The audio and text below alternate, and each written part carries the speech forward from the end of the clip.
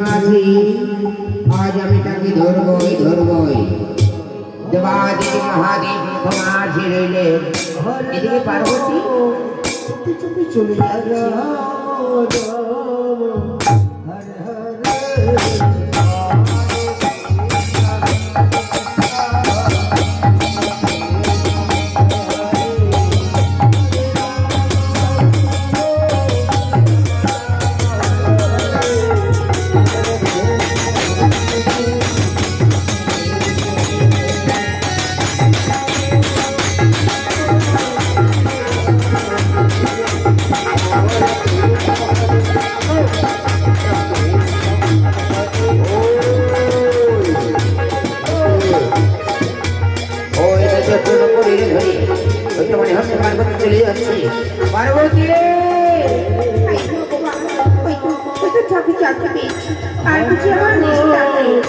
পার্বতী এখনো বলছি দাঁড়াও, আগে আগে চলে যাচ্ছে পার্বতী, পেছনে পেছনে দেবাদিদেব মহাদেব।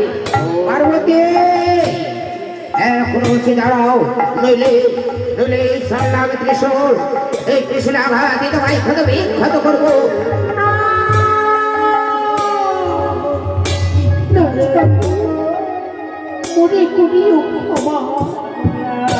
বলো তুমি কোথায় চলেছো? কি বললে? বলবে না? তবে এসো, চলো শয়ন করো, এসো।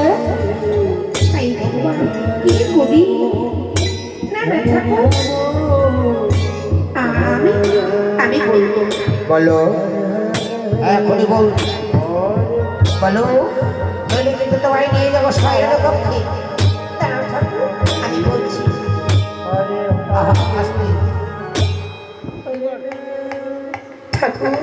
আমি কোথায় চলেছি? কোথায় চলেছ বলো, বলো পার্বতী বলো, বলতে গিয়ে কেন ফেরিয়ে যাচ্ছ বলো? আমি চলেছি সেই রাজপথে।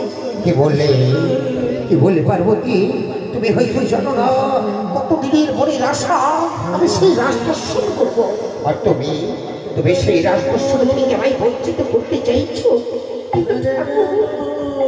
সেখানে যে কোনো পুরুষ যেতে নেই, কেমন করে তুমি জানি বললো? পার্বতী তুমি কি পারো না, তুমি কি পারো না আমায় নারীর সাথে সজ্জিত করে নিতে? তুমি পারবে কেন? তুমি যদি সাজিয়ে নিতে পারো কেন পারবো না? বেশ তবে আমি তোমায় সুন্দর করে সেই নারীর সাথে সজ্জিত করে নেব। এই বলে পার্বতী সুন্দর করে আজ দেবাদিদেব মহাদেবকে নারীর সাথে সজ্জিত করে নিচ্ছে। হরে কৃষ্ণ, হরিবল হরিবল।